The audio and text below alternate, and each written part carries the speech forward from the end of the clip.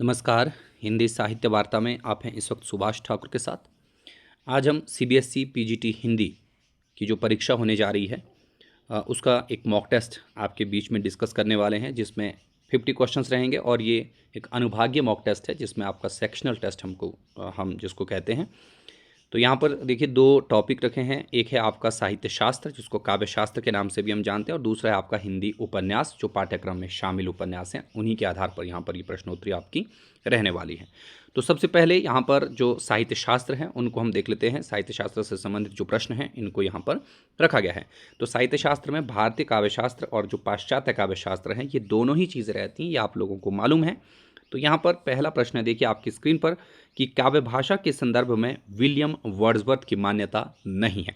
तो पहली चीज़ तो यहाँ पर आपको ये ध्यान रख लेनी है कि जो विलियम वर्ड्सवर्थ रहे, इन्होंने कौन सा सिद्धांत दिया, काव्य भाषा का सिद्धांत जो है इन्होंने प्रस्तुत किया था।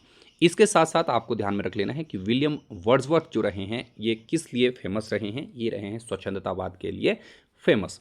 और इसके साथ साथ इन्हीं को आपने ध्यान रख लेना है कि इनके आधार पर फिर बाद में जो है भारतवर्ष में भी हम देखते हैं कि साहित्यकारों को जो है इनकी संज्ञा दी गई इनके नाम के आधार पर। ठीक है, तो इसको भी आप ध्यान में रखेंगे। प्रकृति चित्रण के लिए ये फेमस रहे हैं। ठीक है, इनकी जो रचना रही है उसको भी आप ध्यान में ज़रूर रखें। लिरिकल बैलेड्स पर इन्होंने लिखा। ठीक है, अब बात आती है कि यहाँ पर इन्होंने कौन सी मान्यता जो है काव्य भाषा के संदर्भ में प्रस्तुत नहीं की थी। पहली चीज़, यहाँ पर इनकी तीन ही जो ये मान्यताएं रही हैं, इनको आप ध्यान में रखिएगा कि काव्य में ग्रामीणों की दैनिक बोलचाल की भाषा का प्रयोग ये करते थे। ये प्रश्न बहुत बार एग्जाम में पूछा गया है कि ये साहित्य में किस प्रकार की भाषा के पक्षधर रहे। तो यहाँ पर आम बोलचाल की जो भाषा रही है जो साहित्य में होनी चाहिए, ये इनका मानना था। दूसरा ये कह रहे हैं कि गद्य और काव्य की भाषा में कोई भी भेद नहीं है। ये बात भी इन्होंने कही थी कि जो गद्य और पद्य रहता है उसमें कोई भी भेद जो है वो नहीं रहता, सिवाय छंदात्मकता के, वो एक अलग बात है। लेकिन यहाँ पर आप सिंपली पहले नज़र में देखेंगे तो ये कहते हैं कि कोई भी इसमें भेद नहीं रहता। प्राचीन कवियों का भावाबोध है जितना सहज था, भाषा उतनी ही सरल थी। तो ये कह रहे हैं कि जो प्राचीन कवि हैं उन्होंने भावों को जो उद्बोधित किया था वो बहुत ही सहज तरीके से किया था, उनकी भाषा सरल थी। तो ये बात बिल्कुल स्पष्ट है। जब आपने ये तीसरा जो पॉइंट यहाँ पर पढ़ लिया ना, उसके तुरंत बाद जो है आपका यहाँ पर आखिरी जो ये पॉइंट है वो बिल्कुल खारिज हो जाता है, जहाँ पर ये कहते हैं कि भाषा में कृत्रिमता यानी कि जो बनावटीपन है और जो आडंबर है ये प्राचीन कवियों की देन है। तो ये नहीं है, बल्कि ये बाद के जो कवि रहे हैं उनकी देन रही है। ये प्रश्न बहुत बार आ सकता है आपको परीक्षा में, इसलिए इसको ध्यान में रखिएगा। तो महत्वपूर्ण चीज़ क्या हुई यहाँ पर कि जो प्राचीन कवि थे वो क्या थे, उनकी भाषा तो सरल और सहज थी, लेकिन कृत्रिमता और आडंबर ये किसने लाया, ये बाद के कवियों ने लाया। तो ये बात आपको ध्यान में रख लेनी है। इस प्रकार से इस प्रश्न का जो उत्तर है ये ऑप्शन नंबर डी जो है वो बिल्कुल सही हो जाएगा। आई होप कि आपको ये पहला प्रश्न जो है यहाँ पर अच्छे से क्लियर हो गया होगा, और विलियम वर्ड्सवर्थ का जो भाषा से संबंधित सिद्धांत है ये भी आपको जो है अच्छे से समझ में आ गया होगा। विलियम वर्ड्सवर्थ का सामान्य परिचय आप जरूर याद रखें, इसका समय कब रहा और इसने कौन से ग्रंथों की रचना जो है की है, इसके मित्रों में कौन से जो अन्य लेखक हैं वो शामिल हैं। ठीक है, इसको भी आपने देखना है, जो कि आपको नोट्स में मैंने पहले ही बता दिया हुआ है। नेक्स्ट है, अरस्तु का त्रासदी के संबंध में तर्कपूर्ण कथन कौन सा नहीं है। तो यहाँ पर बोला गया है, देखिए जो अरिस्टोटल रहे, जो अरस्तु रहे, त्रासदी के संबंध में तर्कपूर्ण कथन कौन सा इनका नहीं है। यहीं से ध्यान रख लेना है कि अरस्तु का एक सिद्धांत रहा त्रासदी का सिद्धांत। ठीक है, जिसको ट्रेजेडी भी कहा, जिसको हम दुखांतक भी कहते हैं। इसके कितने अंग हैं ये भी आपको जरूर ध्यान में रखना है। ठीक है, तो ये बात यहाँ पर याद रखने लायक है, इसको आप ध्यान रखेंगे। त्रासदी कार्य व्यापार का अनुकरण है, बिल्कुल सही बात है। ठीक है, और त्रासदी की भाषा लय, सामंजस्य और गीत से बनती है। ये प्रश्न आपको अलग से भी पूछा जा सकता है कि त्रासदी की जो भाषा है वो कैसे बनती है। उसमें लयात्मकता भी रहेगी, उसमें सामंजस्य स्थापन भी रहेगा, और साथ ही साथ गीतात्मकता। देखिए जब लय है तो गीतात्मकता तो रहेगी ही रहेगी, इसलिए इस चीज़ को भी आप ध्यान में रखेंगे। कार्य व्यापार वर्णन द्वारा प्रस्तुत होता है, अभिनय द्वारा नहीं। तो यहाँ पर ये उल्टा कर दिया गया है कि जो कार्य व्यापार है वो अभिनय द्वारा प्रस्तुत होता है, वर्णन के द्वारा नहीं। यानी कि आप अगर किसी चीज़ पर एक्ट करेंगे तभी जो है उसको क्या कर सकते हैं, हम उसको वर्णित हो सकता है, केवल और केवल उसको वर्णन से नहीं बता सकते हम। ठीक है, तो हमें उसको क्या करना पड़ेगा, अभिनय भी करना पड़ेगा। तो ये चीज़ ध्यान रख लेनी है जो अरस्तु कह रहे हैं। कार्य व्यापार गंभीर, पूर्ण और विस्तृत होता है। तो ये बात भी सही है कि जो भी हम एक्टिविटी करते हैं उसमें दुखांतक में, तो वो क्या होती है, गंभीर होती है और विस्तृत होती है। तो ये बात बिल्कुल सत्य है। विरेचन का सिद्धांत इसने दिया। और साथ ही साथ ध्यान रखना है कि यूनानी से जो अंग्रेजी मीनिंग है और अंग्रेजी से जो हिंदी मीनिंग है, जो प्रमुख शब्द इन्होंने रखे थे अरस्तु ने, उनको भी आप जरूर ध्यान रखेंगे। अरस्तु की कृति कौन सी है उसको ध्यान में रख लेना, उसके कितने अध्याय हैं वो याद रखने हैं आपको, बहुत ज़्यादा ज़रूरी है अरस्तु का जो आपके सिद्धांत रहे हैं। ठीक है, इसके अलावा इसने अनुकरण का सिद्धांत को प्रतिपादित किया फिर से।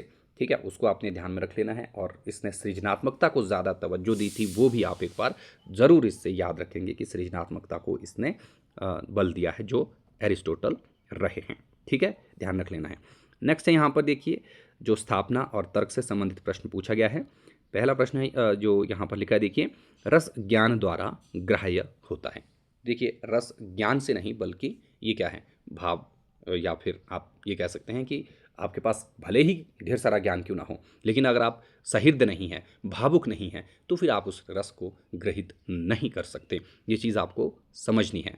ठीक है, क्योंकि हृदय की अनुभूति के साथ उसकी बौद्धिक सत्ता भी होती है। तो यहाँ पर दूसरा कथन जो है बिल्कुल सही है। ये कह रहा है कि जो हृदय रहता है उसकी जो अनुभूति है उसके साथ उसकी बौद्धिक सत्ता भी रहती है। क्योंकि अगर आप बुद्धि ही बुद्धि लेकर चलेंगे और लेकिन उसका हृदय आपका साथ नहीं दे रहा है, तो आपने देखा होगा बहुत सारे पढ़े लिखे विद्वान भी ऐसे होते हैं, लेकिन कई बार वो इस तरीके की बात करते हैं जो अनएक्सपेक्टेड बात हो जाती है, लेकिन वहाँ पर हम देखते हैं कि उनकी संवेदनाएं शायद उस तरह की नहीं रहती। तो इसलिए यहाँ पर बोला गया है कि जो रस है वो केवल ज्ञान के द्वारा ही नहीं बल्कि उसमें हृदय की अनुभूति का होना भी अत्यंत आवश्यक होता है। ठीक है, तभी हम जो है सामने वाले के दुख को, सामने वाले के सुख को, सामने वाले के ममतामयी भाव को जो है वो समझ सकते हैं। तो इस तरीके से आपको स्थापना और तर्क वाले प्रश्न करने हैं। तो हो सकता है कि स्थापना और तर्क के प्रश्न भी आपको पूछे जाएं, इसलिए इसको भी थोड़ा सा प्रैक्टिस आप करते रहें। ठीक है, अगला प्रश्न देखते हैं, निम्नलिखित विकल्पों में से कौन सा मिलान सत्य नहीं है। तो यहाँ पर बोला गया है कि मिलान के बारे में पूछा गया है यहाँ बात कि कौन सा इसमें सत्य नहीं है। तो यहाँ पर शब्दार्थ शरीरम ताप्त काव्यम, ये आनंदवर्धन की ही पंक्ति रही है। अदोषो सगुणो सालंकारो च शब्दार्थो काव्यम, तो ये मम्मट की कृति नहीं है। ठीक है, तो इसको आपको बताना है कि ये किसकी कृति रही है। महत्वपूर्ण ये पंक्ति है, देखिए, जिसमें अदोषो सगुणो सालंकारो च शब्दार्थो काव्यम, कि भाई दोषहीन जो होता है, गुण सहित जो होता है, ठीक है, अलंकार भी रहते हैं उसमें और शब्द और अर्थ भी बनता है, तब जो है साहित्य बनता है। बहुत ही महत्वपूर्ण पंक्ति है, ये आपको बतानी है। ठीक है, नेक्स्ट यहाँ पर काव्य शब्दों अयम गुण अलंकार संस्कृतियों शब्दार्थोर्वर्तते, वामन ने बोला था। ठीक है, शब्दार्थो सहितो काव्यम गद्यम पद्यम च त्वदिधा, ये भामन है बोला था। तो इन सभी पंक्तियों को आप याद रखें।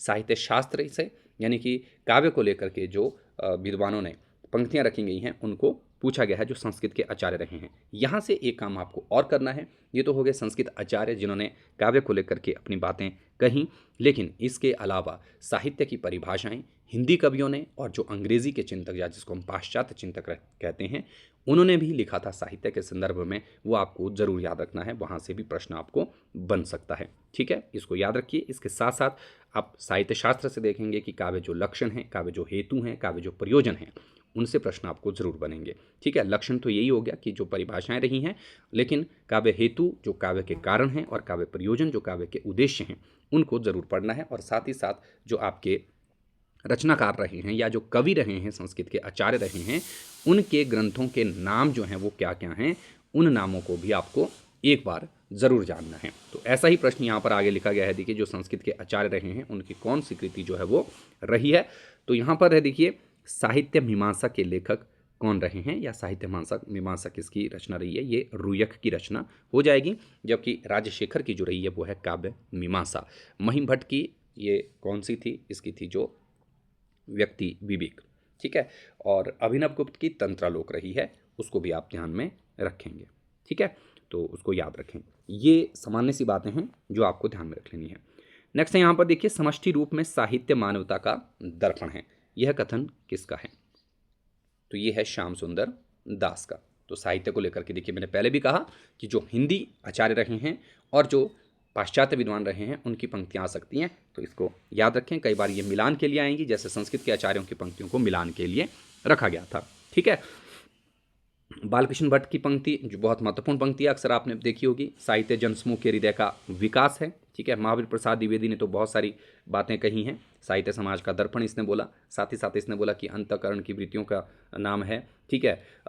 जो साहित्य इसने बोला कि ये क्या होता है, गद्य और पद्य दोनों रूपों में रहता है। ठीक है, ये बात भी इसने कही थी। तो बहुत सारी बातें जो हैं महावीर प्रसाद द्विवेदी ने कही हैं साहित्य को लेकर के, उनको आपने एक बार जरूर याद रख लेना है। रामचंद्र शुक्ल का कथन भी बड़े महत्वपूर्ण कथन है, जो साहित्य को लेकर के या रसदशा को लेकर के इन्होंने कहे हैं। साहित्य जो है प्रत्येक देश की जनता की चित्तवृत्ति का संचित प्रतिबिंब होता है। ये इनकी बहुत ही फेमस पंक्ति है जो अक्सर परीक्षाओं में पूछी जाती है, उसको भी आप जरूर याद रखेंगे। शुक्ल की पंक्तियां हैं ये। ठीक है। बाकी शुक्ल ने रस को लेकर के क्या बातें कही हैं, रसवादी ये आलोचक भी माने जाते हैं, उन चीज़ों को भी आप ध्यान में जरूर रखेंगे। ठीक है। चलिए नेक्स्ट क्वेश्चन आता है, किस रीति का अन्य नाम ग्राम्य है? तो देखिए, ग्राम्य बोला जाता है पांचाली रीति को। वैदर्भी जो है ये सर्वगुण संपन्न रीति मानी जाती है। गौड़ी जो है ये, इसमें गुण जो है थोड़े से कम रहते हैं। इसका संबंध जो है ज़्यादातर आपको ओज जो गुण रहा है उससे माना जाता है। ठीक है। वैदर्भी जो है आपकी माधुर्य गुण से संबंधित है। पांचाली जो है आपकी इसके अलावा जो तीसरा रस रहता है प्रसाद गुण, उससे संबंधित मानी जाती है। ये बात भी आप ध्यान में रखिएगा, रीति से संबंधित प्रश्न आपको जरूर पूछा जाता है। इसके अलावा वैदर्भी, गौड़ी, पांचाली, ये तो 3 रीतियाँ हो गई। ठीक है। तीसरी रीति जो है वो पांचाली किसने माना था? ये वामन ने ही इसको माना था। ठीक है। इसके बाद लाठी रीति आती है जो कि रुद्रट ने रखी थी। फिर रीति को समाज से किसने जोड़ा, उन चीज़ों को थोड़ा सा आप ध्यान में रखेंगे तो ज़्यादा अच्छा जो है आप लोगों के लिए रहेगा। रीति को जो है वर्ण संगुम्फन किसने कहा, ये भी महत्वपूर्ण चीज़ है, इसको भी आप ध्यान में जरूर रखेंगे। रीति के लिए किसने मार्ग कहा, रीति के लिए किसने जो है प्रवृत्ति शब्द का इस्तेमाल किया, इन बातों को भी आप एक बार जरूर देखेंगे तो आपके लिए ज़्यादा अच्छा रहेगा। ठीक है। चलिए आगे देखते हैं। अगला प्रश्न है, बिंब का प्रमुख कार्य क्या है? तो यहाँ पर देखिए, बिंब क्या होने चाहिए? तो पहली चीज़ बोला गया है कि बिंब जो है आपके पास बताया गया है संप्रेषणीयता होती है उसमें, यानी कि किसी चीज़ को बताने की उसमें क्या है, क्षमता होती है, अभिव्यक्त करते हैं वो किसी चीज़ को, संप्रेषण यानी कि संचार जिसको हम कहते हैं। फिर बोधगम्य, कि हमें उससे कुछ ना कुछ चीज़ जो है वो बोध होना होता है, जानकारी मिलती है। ठीक है। तो बोधगम्य है हमारे जो बिंब है। ठीक है। कवि की अनुभूति को वो तीव्र करते हैं, कि जो भी हम अनुभव करते हैं उन अनुभवों को वो ज़्यादा तीव्रता प्रदान करता है। तो ये सारी ही बातें जो है वो बिंबात्मकता या बिंब में देखने को मिलती हैं। तभी तो आप देखते हैं कि बहुत सारे विद्वान, बहुत सारे कवि जो ऐसे रहे हैं जिनके साहित्य को जब हम पढ़ते हैं तो हमारे सामने बिंब यानी कि एक चित्र उभर कर आता है। ठीक है। तो ये बात आपके काम की हो गई। इसको समझने के लिए क्या चाहिए, इंद्रियता का भाव भी होना चाहिए, यानी कि हम जो है इंद्रिय रूप से हमारा जो है एक सक्षमता, जो सक्षम रहना जो है ज़्यादा आवश्यक भी माना जाता है। तो वो भी आप ध्यान में रखेंगे इसके बारे में। ठीक हो गया। चलिए अगला प्रश्न है, देखिए, निम्न में से किस अनुभाव को अयत्नज कहा जाता है? अयत्न यानी कि जिसमें हमें कोई भी किसी भी प्रकार का प्रयत्न नहीं करना पड़ता, वो स्वतः ही हो जाती हैं। ठीक है। तो देखिए, कायिक जो है, जब हम उसकी बात करते हैं शारीरिक की, तो शरीर से अगर हमारा कोई हाव भाव हो रहा है तो शारीरिक हो जाएगा वो। ठीक है। वाणी से संबंधित अगर कुछ हम एक्टिविटी कर रहे हैं तो वो वाचिक है, और हमारी वेशभूषा से संबंधित कोई हम कार्य कर रहे हैं तो वो आहार्य अनुभाव हो जाता है। तो अनुभावों में ही क्या आ जाता है, आपका सात्विक अनुभाव हो जाता है। तो यहाँ पर क्या होता है, इस पर हमारा कोई भी ऐसा प्रयत्न नहीं रहता, ये स्वतः ही चीज़ें जो है हो जाती हैं, जो सात्विक यानी कि मानसिक अनुभाव रहते हैं। ठीक है। सात्विक अनुभाव के कितने भेद हैं? ये 8 भेद हैं। इनको कई बार पूछा जाता है परीक्षा में, तो इसको भी आप याद रखिएगा, जिसमें आपका विवरण, व्यपथु, ठीक है, ऐसे ऐसे कुछ रहे हैं, है ना। स्वरभंग हो गया, रोमांच हो गया, ये जो चीज़ें हैं ये इसमें आती हैं। तो इनको आपने एक बार ज़रूर देखना है कि जो अनुभाव हैं वो होता क्या है, अनुभाव के कितने भेद हैं, उसमें से किसे हम अयत्नज कहते हैं, क्यों इनको अयत्नज कहा जाता है। ठीक है। और समस्त जो भी आपके रस रहे हैं उनकी संख्या कितनी है, साथ ही साथ भावों की संख्या जो है वो कितनी है, भरत मुनि का इसमें क्या रोल रहा है, उसको भी आपने ज़रूर याद रख लेना है। बहुत ही महत्वपूर्ण पॉइंट है आपका रस, जो आपका रस वाला टॉपिक है। ठीक है, उसको देखें। अगला प्रश्न है, निम्नलिखित रस मैत्री संबंधी समूहों में से असंगत विकल्प का चयन कीजिए। तो देखिए रस मैत्री से संबंधित भी टॉपिक हमने पढ़ा था परीक्षा के लिए, या इससे पहले जो आपकी क्लासेस हुई हैं उसमें। तो यहाँ पर बोला गया रस मैत्री संबंधी समूहों में असंगत विकल्प का चयन करना है, वीर और हास्य रस। तो यहाँ पर देखिए वीर के साथ नीचे जो लिखा हुआ है वीर अद्भुत रौद्र, ये है इसकी रस मैत्री। ठीक है, हास्य इसमें नहीं हो जाएगा, हास्य किसमें आता है आपका श्रृंगार के साथ जो है वो आ जाएगा। इस तरीके से आपको यहीं से ही ये ठीक हो जाएगा। ठीक है, तो इसको आपने याद रख लेना है। ठीक है, अगला प्रश्न देखिए स्थापना और तर्क से संबंधित, सौंदर्य कारक धर्मों को ही अलंकार कहते हैं। बिल्कुल सही बात है कि जो सुंदर या जो अलंकृत करें या सुंदरता को बढ़ाए वो क्या है, वो अलंकार हैं, लेकिन इनका कल्पना से कोई संबंध नहीं होता। तो अलंकार तो ज़्यादातर काल्पनिक ही होते हैं, इसलिए यहाँ पर ये कथन जो है वो अपने आप में क्या हो जाएगा, गलत हो जाएगा। इसको ध्यान में रखिएगा, अलंकारों का संबंध कैसे होगा, कल्पना से हो जाएगा। ठीक है, रस ना तो उत्पन्न होता है और ना ही अनुमेय, वह सिर्फ व्यक्त होता है। यह मत किस आचार्य ने प्रस्तुत किया था? तो यहाँ पर देखिए सिंपल सी बात है, ना तो उत्पन्न हो रहा है ना ही अनुमान लगाया जा रहा है, बल्कि वो क्या होता है, व्यक्त होता है। ठीक है, ये अभिनव गुप्त ने कहा था। ठीक है, अभिव्यक्त से ही आपको याद रख लेना, व्यक्त बोला गया था। ठीक है, अब श्री शंकुक ने क्या कहा, इसने तो बोला अनुमेय है यानी कि अनुमान लगाया जाता है। भट्ट लोलट ने बोला कि उत्पन्न होता है। भट्ट नायक ने क्या बोला, ये तो केवल और केवल भोगा जाता है, आनंद लिया जाता है उसका, भाई है ना। लेकिन अभिनव गुप्त कह रहा है कि ये तो ना उत्पन्न होता है ना व्यक्त होता है। थोड़ा सा क्वेश्चन पूछने का तरीका यहाँ पर अलग कर दिया, अदरवाइज ये आपको पहले से ही पता होता था कि किस तरीके का प्रश्न जो है यहाँ से बनता है। उत्पत्तिवाद का सिद्धांत किसने दिया, अनुमितिवाद का सिद्धांत किसने दिया, ऐसे अक्सर आपको ये प्रश्न पूछा जाता था। हो सकता है इस प्रकार से भी इस प्रश्न को पूछा जाए, तो इसलिए थोड़ा सा इसे याद रखिएगा। और इस जो ये इन्होंने ये मत प्रस्तुत किया है, ये किस लिए प्रस्तुत किया गया, जो रस सूत्र रहा है भरत मुनि का, देखिए उसकी व्याख्या में आया है ये। उस रस सूत्र में क्या क्या बातें हैं वो भी आपको ध्यान रख लेनी है, जिसमें वो कहते हैं देखिए विभाव अनुभाव व्यभिचारी, ठीक है, संयोगादरस निष्पत्ति, तो स्थायी भाव उसके स्थान नहीं किया गया था। यहाँ पर संयोग और जो ये निष्पत्ति शब्द हैं, इन दोनों के बीच में ही क्या है, विवाद है कि भाई इन दोनों को ही यहाँ पर व्याख्यायित किया विद्वानों ने। ठीक है, तो संयोग किसका है वो आप बताना है, और निष्पत्ति से क्या अभिप्राय है, निष्पत्ति से अभिप्राय किसी ने अभिव्यक्ति माना, किसी ने जो है भोग माना, किसी ने जो है अनुमिति माना। ठीक है, तो ये बात याद रखना है आपको, है ना। 13वां प्रश्न है आपकी स्क्रीन पर, वेदर भी सर्वश्रेष्ठ रीति है एंड वेदर भी में ही समस्त गुणों का समन्वय संभव है। तो ये दोनों ही कथन सही हैं, इसको लेकर के हमने ऊपर भी बात कर ली थी कि वेदर भी में सभी गुण जो है वो पाए जाते हैं।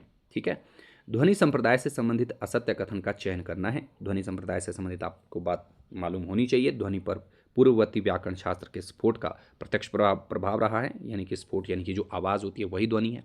वाच्यार्थ से अलग एवं अधिक चमत्कार युक्त जो है अर्थ ध्वनि कहलाता है। तो ये बात बिल्कुल सत्य है साहित्य के क्षेत्र में कि जो हम सुनते हैं या जो हम बोलते हैं, ठीक है, उससे भी एक अधिक चमत्कार युक्त यानी कि एक गूढ़ अर्थ जो है वो रहता है, वही सही मायने में क्या कहलाती है, ध्वनि कहलाती है। इस चीज़ को आप याद रखेंगे। ध्वनि के अभाव में काव्य संभव नहीं है, यानी कि उस गूढ़ अर्थ के, यहाँ पर अब ध्वनि मत समझिए उसको समझिए चमत्कार युक्त अर्थ, या उसको समझिए व्यंग्यार्थ जिसको हम कहते हैं। ठीक है, उसके अभाव में काव्य की संभावना नहीं हो सकती, यह लोक वार्ता और शास्त्र कथन मात्र ही रह जाएगा। तो ये बात भी बिल्कुल सत्य है। लास्ट में बोला गया देखिए, आनंदवर्धन ने वाच्यार्थ को जान लेने वाले व्यक्ति को सहृदय माना है, नहीं, वाच्यार्थ को जानने वाले को इसने कहा था बोधा, और जो आनंदवर्धन रहे हैं इसने जो आपका व्यंग्यार्थ है उसको जानने वाले को बोला है सहृदय। ये बात ध्यान रख लेना है। सहृदय कौन होता है, जो व्यंग्यार्थ को जाने। ठीक है, व्यंग्यार्थ को जानने वाला क्या कहलाता है, ये कहलाता है आपका सहृदय। ये बात याद रख लेना, बहुत बार ये प्रश्न पूछा जाता है एग्जाम में, तो थोड़ा सा इसको याद रखिएगा, है ना। तो ये हो गया यहाँ पर आपका ध्वनि संप्रदाय से संबंधित जो प्रश्न रहा। ध्वनि के कितने भेद हैं उसको भी ध्यान में रख लेना है, इसके प्रवर्तक कौन रहे हैं, ये बातें तो आपको खैर मालूम है ही। ठीक है, 15वां क्वेश्चन है, किस आचार्य ने वक्रोक्ति के अभाव में काव्य को कथन समुदाय मात्र कहा है। ठीक है, तो ये भामा ने कहा था, देखिए, क्योंकि भामा ने पहले भी बोला कि वक्रोक्ति क्या है, समस्त अलंकारों का प्राण है। तो इसीलिए बोला कि वक्रोक्ति के अभाव में काव्य क्या है, एक कथन समुदाय ही है, इसके अलावा वो और कुछ भी नहीं है। तो यहाँ पर बहुत सारे विद्यार्थी जो हैं वो कुंतक की ओर जा सकते हैं। तो इसलिए वक्रोक्ति को थोड़ा सा आपको अच्छे से समझना है, क्योंकि भामा ने वक्रोक्ति को लेकर के बहुत ही चीज़ें पहले कह दी थी, इसलिए बाद के विद्वानों ने इस पर उतना ज़्यादा गौर नहीं किया और ना ही उन्होंने इसको समुदाय के रूप में प्रतिष्ठित करने की बात की। हाँ, कुंतक ने ज़रूर इसको एक जो है अलग से क्या माना, एक अलग संप्रदाय रखा। ठीक है, चलिए नेक्स्ट क्वेश्चन देखते हैं। अगला प्रश्न है, देखिए, निम्न में से किस विकल्प की दोनों रचनाएं भानुदत्त की हो जाएंगी? तो यहाँ पर देखिए, जो भानुदत्त की है वो है रसमंजरी और रस तरंगिणी। इसके अलावा कवि कंठाभरण और सरस्वती कंठाभरण। देखिए, सरस्वती कंठाभरण जो है ये किसकी है? ये तो हो जाएगी आपकी भोजराज की, लेकिन कवि कंठाभरण जो है ये भोजराज की नहीं होगी। ठीक है, ये किसी और की है, इसको बताना है। उज्ज्वल नीलमणि ये रूप गोस्वामी की है, और भक्ति रसामृत सिंधु ये भी इसकी रहेगी। भाव प्रकाशन ये जो आपका शारदा तनय की हो जाएगी। चंद्रलोक जो है ये जयदेव की हो जाएगी, तो इसलिए इसको आप ध्यान रखें। ठीक है, तो ये बात है आपको थोड़ी सी याद जरूर रखनी है।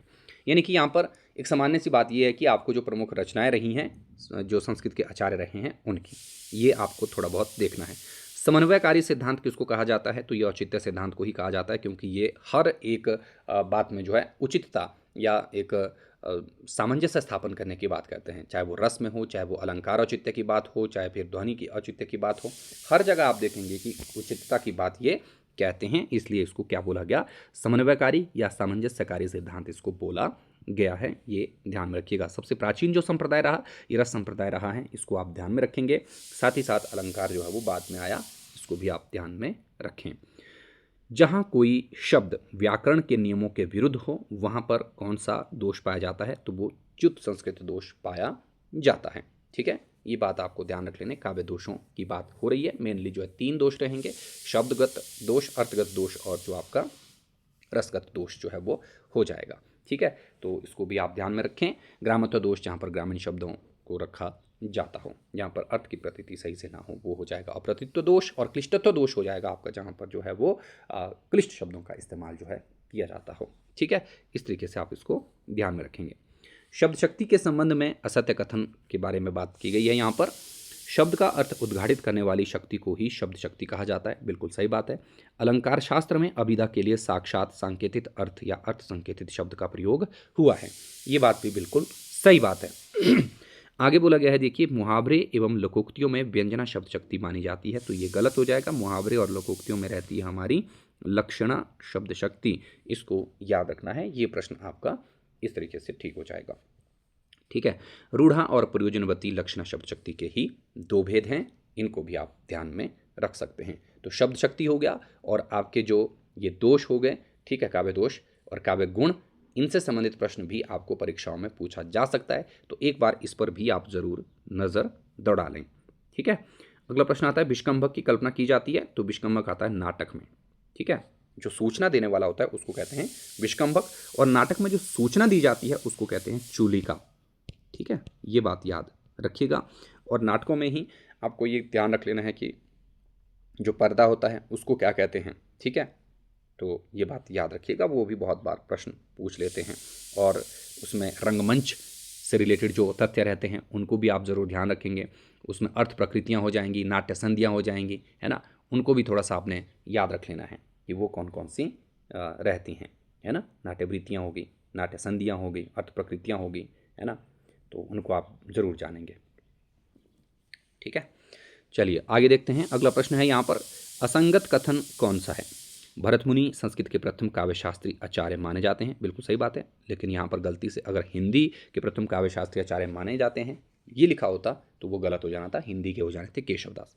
इनकी प्रमुख रचना नाट्यशास्त्र है। बिल्कुल सही है, जिसको इन्होंने स्वयं ही पंचम वेद कहा था कि 4 वेदों से इन्होंने कुछ कुछ चीज़ें ग्रहित की और उसके बाद जो है इन्होंने एक नया वेद स्थापित किया जिसको नाट्यशास्त्र यानी कि पंचम वेद नाम दिया गया था।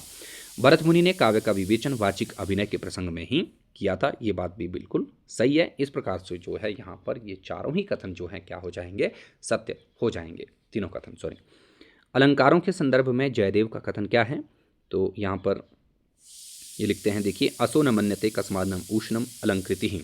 ठीक है, तो यहाँ पर ये कहा था कि जिस प्रकार से अग्नि जो है, अग्नि के बिना उष्णता नहीं रहती, मतलब है ना, वैसे ही यहाँ पर अलंकार जो है साहित्य के लिए आवश्यक है। अगर आग होगी तो उसमें उष्णता यानी कि गर्माहट होगी, ठीक वैसे ही यहाँ पर कविता अगर होगी तो उसमें अलंकारिकता रहेगी। ये बात जयदेव ने कही थी।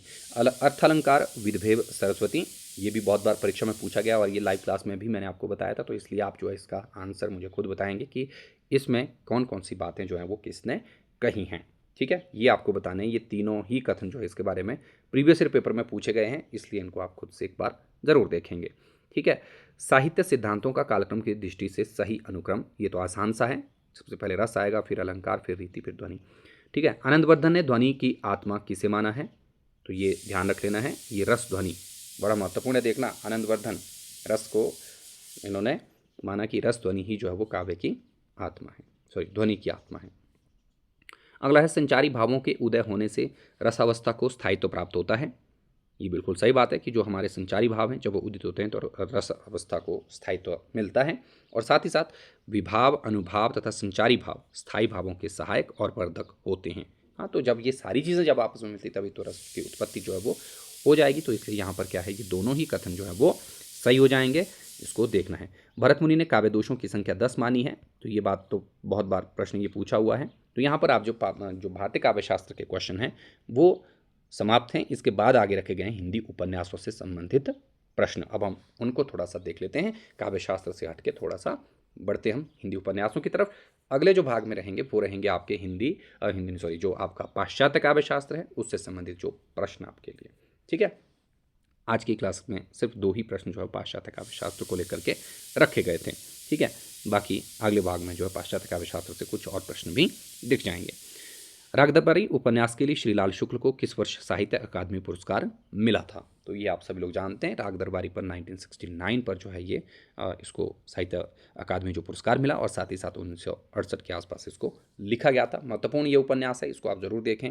और किस विश्वविद्यालय की इसमें बात हुई है, छंगामल विश्वविद्यालय की बात हुई है इसमें। और साथ ही साथ आप ये भी ध्यान में रखें कि इसके मुख्य जो पात्र रहे हैं वो कौन कौन से रहे। ठीक है, एंड बाकी कहाँ की इसमें बात हुई है वो भी आपको थोड़ा सा याद रख लेना है। परीक्षा गुरु उपन्यास में किसके पतन और उद्धार की कथा है, तो ये है लाला मदन मोहन, ये भी आपको ध्यान में रख लेना है। तो यहाँ पर अभी देखिए फर्स्ट टाइम जो है इस तरीके से आपको एक पेपर हो रहा है जिसमें स्पेसिफिक आपको सिलेबस दिया गया है, तो आपको ज़्यादा यहाँ पर मुश्किलात का सामना नहीं करना पड़ेगा मेरे हिसाब से क्वेश्चन में। तो जो मुख्य पात्र हैं उनको देखिए, मुख्य विषय वस्तु को देखिए, अक्सर मैंने ये बात कही है। और साथ ही साथ प्रमुख जो उपन्यासों के जो आपकी जो भूमिकाएं रही हैं उनको किसने लिखा है या स्वयं लिखी हैं, तो उसमें कौन सी महत्वपूर्ण बात लिखी है उसको थोड़ा सा आपको ज़रूर जानना है। ठीक है, परीक्षा गुरु में टोटल कितने खंड रहे हैं ये आपको बताना है। ठीक है, ये आपके काम की चीज़ें हो सकती हैं। ऐसे करके देखिए, ना सिर्फ परीक्षा गुरु बल्कि जो भी आपके उपन्यास वगैरह रहे हैं, अगर उसमें कोई खंड या कोई भाग रखे गए हैं तो उनको भी एक बार ज़रूर आपको जानना है। ठीक है, ये काम करना है आपको। मृगनयनी उपन्यास का रचना वर्ष क्या है, ये 1950 है। मृगनयनी किस प्रकार का उपन्यास है, ये एक ऐतिहासिक उपन्यासकार हो जाएगा। और साथ ही साथ इसके रचनाकार जो है वो कौन है, वो है वृंदावन लाल वर्मा, उसको भी आप ध्यान में रखेंगे। ऐतिहासिक उपन्यासकारों की श्रेणी में ही वो आते हैं जो कि प्रेमचंद पूर्व युगीन और प्रेमचंद युग के अंतर्गत आएंगे और प्रेमचंद के बाद के भी। ठीक है, इसके बाद बोला गया यहाँ पर मैलांचल उपन्यास के संदर्भ में असत्य कथन आपको बताना है।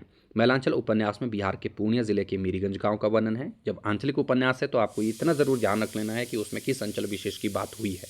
ठीक है, मैलांचल उपन्यास की भाषा पर मैथिली का प्रभाव रहा, ये बिल्कुल सही बात है, इसको भी आप ध्यान में रखेंगे। रामचंद्र तिवारी ने इसके बारे में कहा कि इसमें फूल भी हैं, शूल भी हैं, धूल भी है, गुलाब भी है, कीचड़ भी है, चंदन भी है, सुंदरता भी और कुरूपता भी है। ये बात रामचंद्र तिवारी ने नहीं बोली थी, बल्कि ये बात स्वयं रेणु ने ही कही है इसकी भूमिका में। इसलिए मैंने कहा था कि इसकी भूमिकाओं को जो है वो ज़रूर पढ़ना है आपको हर एक उपन्यास की।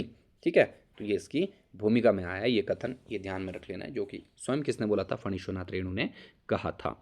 ठीक है, उपन्यास मानवित्र चित्रण का निषेध करता है, तो ये बात तो अपने आप में गलत हो गई। ठीक है, कि उपन्यास में क्या बोल रहा है कि भाई मानवेत्र से हम क्या समझते हैं कि मानव से इत्र यानी कि मानव से जो परे है उनका चित्रण निषेध है। तो ऐसा नहीं है, उपन्यासों में हम जानवरों का या दूसरी चीज़ों का या फिर तिलिस्म या यारी में आप देखते हैं कि वहाँ पर जो मानवेतर पात्र है ही नहीं उनका भी तो जिक्र आता है।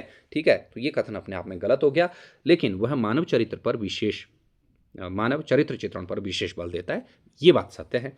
ठीक है, तो यहाँ पर ये नकार नहीं सकते कि भाई सिर्फ और सिर्फ इंसानों की ही बात होती है, तो इंसान के बाहर भी जो है वो उसको लिखा जा सकता है, ये बात याद रख लेनी है। तो दूसरा कथन सही है, क्योंकि विशेष बल तो मानव पर ही रहेगा तब चलेगा, लेकिन ऐसा भी नहीं है कि मानवेतर जो पात्रों को हम उसमें डिस्कस ही नहीं करेंगे, तो ये बात नहीं है। ठीक है, चलिए आगे देखते हैं। अगला है, देखिए आपके पास, स्त्रियों का भाग्य पुरुषों की प्रसन्नता और उनके निर्णय पर ही आश्रित है। यह कथन किस उपन्यास में आया है? तो ये झूठा सच नामक उपन्यास में आया है कि स्त्रियों का भाग्य क्या है, पुरुषों की प्रसन्नता और उनके निर्णय पर ही आश्रित होता है।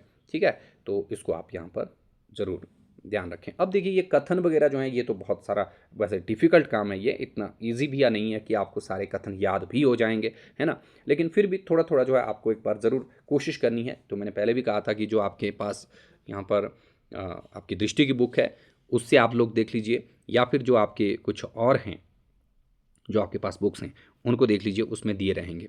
इसके अलावा अगर आपने नोट्स बाय किए हैं तो उन नोट्स में जो है आपको ये सारी कथन जो है वो मिल जाएंगे, जो मुख्य कथन है परीक्षा के लिए, वहाँ से आप इसको पढ़ सकते हैं। अब पात्र से संबंधित प्रश्न आगे पूछा गया है। देखिए रिचर्ड और लीजा नामक पात्रों का संबंध, तो ये आप सभी लोग जानते हैं तमस में आए हैं। ठीक है, परीक्षा गुरु के अभी हमने ऊपर पढ़ लिए जो जितने भी पात्र रहे हैं। ठीक है, मैलांचल में बहुत महत्वपूर्ण पात्र हैं। ठीक है, प्रशांत हो गया, कमली हो गया, बावन दास वगैरह वगैरह हो गए, है ना, कालीचरण हो गया, तो वो सारे आपको ध्यान में रख लेने। इसके अलावा तमस में और भी पात्र रहे हैं, नथु वगैरह वगैरह, उनको भी आप एक बार ज़रूर देखें। ठीक है, तमस में जो पात्र रहे हैं वो किस पार्टी से संबंधित रहे हैं, ठीक है, वो भी आपको देखने हैं। ऐसे करके भी आपको जो है प्रश्न पूछे जा सकते हैं, तो थोड़ा सा वो भी जानना है। तमस कब लिखा गया था ये भी ध्यान रख लेना है। यहाँ पर लिखा है, देखिए इस उपन्यास में वर्णित घटनाक्रम का समय क्या है? तो मार्च अप्रैल जो 1947 का समय रहा, उस वक्त की जो ये कथा है, केवल 5 दिन की स्टोरी जो है वो इसमें बताई गई है तमस में, ये आपको ध्यान में रख लेना। और इस पर साहित्य अकादमी पुरस्कार भी इनको मिला था। 1973 में लिखा गया है तमस, देखना, ये भी आपको ध्यान में रख लेंगे। भारत पाक विभाजन पर लिखी गई ये कहानी रही है। ये प्रश्न भी बहुत बार इससे पूछा जाता है। मानस का हंस उपन्यास कितने खंडों में विभक्त है? तो ये 31 खंडों में है। और ये इसमें किसकी बात की गई है, ये भी कई बार आपको पूछा जाता है, राम और काम का द्वंद्व। ठीक है, राम और काम का द्वंद्व इस उपन्यास में रहा है। ठीक है, ये बात भी आप ध्यान में रखेंगे। और ये जो है आपका जो तुलसीदास रहे हैं उनके जीवन पर आधारित ये उपन्यास रहा है, अमृतलाल नागर का, इसको भी आप ध्यान में रखेंगे। ठीक है, महात्मा गांधी के दक्षिण अफ्रीका के जीवन संघर्ष पर आधारित उपन्यास है पहला गिरमिटिया, गिरिराज किशोर का ये उपन्यास रहा है। ये आपके पाठ्यक्रम में शामिल है, इसको थोड़ा सा आपने एक बार जरूर देखना है कब इसको लिखा गया है। इसके अलावा यहाँ पर परिशिष्ट है, ढाई घर है, यथा प्रस्तावित हैं, ये भी गिरिराज किशोर के ही उपन्यास रहे हैं। आपका बंटी उपन्यास के संदर्भ में असत्य कथन कौन सा है? तो यहाँ पर देखिए मनु भंडारी का स्वतंत्र रूप से लिखा गया पहला उपन्यास है, बिल्कुल सही बात है। यह उपन्यास तलाकशुदा दंपतियों के बच्चों पर पड़ने वाले प्रभाव से जुड़ा है, सही है। और 1971 में प्रकाशित एक राजनैतिक उपन्यास नहीं है, ये बात आपको ध्यान में रख लेनी है। बाकी चीज़ें इसमें ठीक हो जाएंगी। ठीक है, इनको आप याद रखिएगा। ओके, तो राजनीतिक नहीं है, बाल मनोवैज्ञानिक हो जाएगा, है ना। बाल मनोविज्ञान के साथ साथ इसमें पुरुष और स्त्री का जो दाम्पत्य जीवन के संघर्ष है उसको भी यहाँ पर दिखाया गया है। किस उपन्यास में सच्चे हिंदुस्तानी की परिभाषा इस प्रकार दी गई है कि जो कहीं भी पान खाने का इंतजाम कर ले और कहीं भी पेशाब करने की जगह ढूंढ ले। तो हिंदुस्तानियों की पहचान बताई गई है, जो आपका राग दरबारी उपन्यास रहा है श्रीलाल शुक्ल का, उसमें ये कथन आया। ये कथन शायद नेट में भी एक बार पूछा गया था, तो इसलिए यहाँ पर भी इसको रखा गया है। तो थोड़ा सा नेट के जो प्रीवियस ईयर पेपर के क्वेश्चन हैं उनको भी आप एक बार ज़रूर देखें, ताकि आपको कोई समस्या जो है ना रहे। ठीक है, शेखर एक जीवनी उपन्यास में शेखर की नौकरानी का नाम है अत्री। ठीक है, इसको भी आप याद रखें। दुख से छुटकारा पाने के लिए आदमी सबसे पहले औरत की तरफ मुड़ता है, तो ये तमस उपन्यास में बोला गया है भीष्म सानी के ही द्वारा। अगला प्रश्न है, देखिए परीक्षा गुरु अंग्रेजी ढंग का पहला उपन्यास है, ये शुक्ल ने मान्यता रखी है, तो बिल्कुल सही बात है। उपन्यास में तत्कालीन मध्यवर्गीय जीवन का चित्रण मिलता है, जो पश्चिमी आधुनिकता से विशेष प्रभावित रहा है। तो पहले ही कथन में बोला कि अंग्रेजी ढंग का है, तो पश्चिमी जो सभ्यता रही है या पश्चिमी आधुनिकता जो रही है उससे प्रभावित रहा। तो दोनों ही कथन यहाँ पर क्या हो गए, ये सत्य हो जाएंगे। ठीक है, कौन से विकल्प में उपन्यास और उसके अंशों या खंडों की संख्या का मिलान उचित है? तो ये सभी सही हैं। देखिए परीक्षा गुरु में 41 खंड है, मैलांचल 2 खंडों में है, पहले में 44 परिच्छेद, दूसरे में 23 परिच्छेद हैं, राग दरबारी में 35 हैं, है ना, तो इसको ध्यान में रख लेना है। आगे लिखा गया है, कौन सा उपन्यास रिपोर्टाज शैली में रचित है? तो राग दरबारी जो उपन्यास रहा है ये जो है आपका रिपोर्टाज शैली में लिखा गया है। महत्वपूर्ण है ये, इस बात को याद रखना है। ठीक है, सही क्रम में रखिए। बाणभट्ट की आत्मकथा आ जाएगा, ये सबसे पहले है। ठीक है, किसका? ये हजारी प्रसाद द्विवेदी का। मृगनयनी उसके बाद। बाणभट्ट की आत्मकथा आई थिंक 1946 के आसपास रहेगा। मृगनयनी 1950 का। जिंदगी नामा 1971 या 79 के पास, 79 में। और पहला गिरमिटिया उसके बाद का है, लास्ट में यही रहेगा। ठीक है, ये आपका सही क्रम इसमें हो जाएगा। शेखर एक जीवनी जो प्रथम खंड रहा है इसका, शेखर एक जीवनी भाग 1 जो रहा है, उसके द्वितीय खंड का शीर्षक जो है वो क्या रहा है। ठीक है, तो चारों खंड ये रहे हैं। द्वितीय खंड जो है बीज और अंकुर है। पहला खंड जो है वो कौन सा रहा, ठीक है, बाकी कौन से रहे हैं, इनको आपको क्रम वाइज बताना है। ये आपका काम हो जाएगा। तो ये सामान्य से बेसिक जो चीज़ें हैं ये ज़रूर करनी है। ठीक है, वृद्ध विमर्श पर आधारित उपन्यास नहीं है, तो ये है आपका तीसरी तालीम। प्रदीप सौरभ का ये उपन्यास रहा है। ये किस पर है? ये केंद्रों पर आधारित है। ठीक है, इसको ध्यान में रखिए, ये इसलिए ये वृद्ध विमर्श पर नहीं हो जाएगा, प्रदीप सौरभ। ठीक है, निम्न में से कौन सा उपन्यास मृदुला गर्ग का है? मृदुला गर्ग का है कठगुलाब। रेत की मछली कांता भारती हो जाएगा। और रेत समाधि किसका है ये आपको बताना है ना। शेष कादम्बरी, ये भी एक उपन्यास रहा, बड़ा महत्वपूर्ण उपन्यास है। एंड ठीकरे की मंगनी, दोनों ही उपन्यास महत्वपूर्ण है, तो इनको आप बताइए। एक रेत की मछली, एक रेत समाधि, एक आपका शेष कादम्बरी, एक ठीकरे की मंगनी। इनको पढ़ना है कि कौन है इनकी लेखिकाएं। और ये सारी महिला लेखिकाओं के ही उपन्यास रहे हैं। इनमें से मनोविश्लेषणवादी उपन्यासकार नहीं है, तो ये है विष्णु प्रभाकर। बाकी अज्ञेय हो गया जैनेन्द्र इलाचंद्र जोशी। और चौथे जो मनोविश्लेषणवादी हैं देखिए वो है डॉक्टर देवराज। इनको भी ध्यान रखना है, कई बार ऐसा प्रश्न भी पूछा जा सकता है कि कौन कौन से मनोविश्लेषणवादी जो उपन्यासकार रहे हैं। गोदान के पात्र होरी में किस बात का अभाव है? तो देखिए ये है आपके विद्रोह का जो इसमें अभाव दिखाई पड़ता है। विद्रोही स्वर के ये नहीं रहे, बाकी साहस में ठीक था, उद्यमी भी है, ठीक है, व्यवहार कुशल भी है ना। तो ये 3 चीज़ें जो हैं वो उसमें दिखने को मिल जाती हैं। आखिरी प्रश्न है, धरती धन न अपना उपन्यास किस प्रकार का है? तो ये एक दलित उपन्यास है, जो कि जगदीश चंद्र का उपन्यास रहा है। इसको भी आप याद जरूर रखें। तो ये हो गए 50 क्वेश्चंस जो आपके पाश्चात्य काव्य शास्त्र से थे, और पाश्चात्य नहीं, भारतीय काव्य शास्त्र और जो आपके हिंदी उपन्यास। इसके अलावा कुछ अन्य उपन्यास बचते हैं, उनको अगले भाग में रखेंगे। और साथ ही साथ बचता आपका पाश्चात्य काव्य शास्त्र, तो अगले 50 क्वेश्चन जो हैं वो उससे संबंधित रहेंगे। इसलिए इस टॉपिक को आपने अच्छे से पढ़ के रखना है, और आगे भी आपको इस टॉपिक से प्रश्न बन सकते हैं। तो बहुत ही महत्वपूर्ण टॉपिक है और आसान से टॉपिक हैं ये, जहाँ से प्रश्न बनेंगे। उपन्यासों से मैंने पहले भी कहा है, पात्रों को देखिए, पात्रों की विशेषताओं को देखिए, कथनों को देखिए, भूमिकाओं को देखिए, और उपन्यास के बारे में जो विषय वस्तु है उसको ज़रूर जानना है कि वो किस विषय वस्तु को लेकर के लिखा गया है। इससे बाहर आपको किसी भी प्रकार का प्रश्न जो है वो यहाँ से नहीं आने वाला है। ठीक है, तो अभी के लिए इतना ही। हम मिलेंगे अगले सेशन में नई ऊर्जा और नई स्फूर्ति के साथ। तब तक आप सभी लोग पढ़ते रहिए, पढ़ाते रहिए और मुस्कुराते रहिए। Bye bye.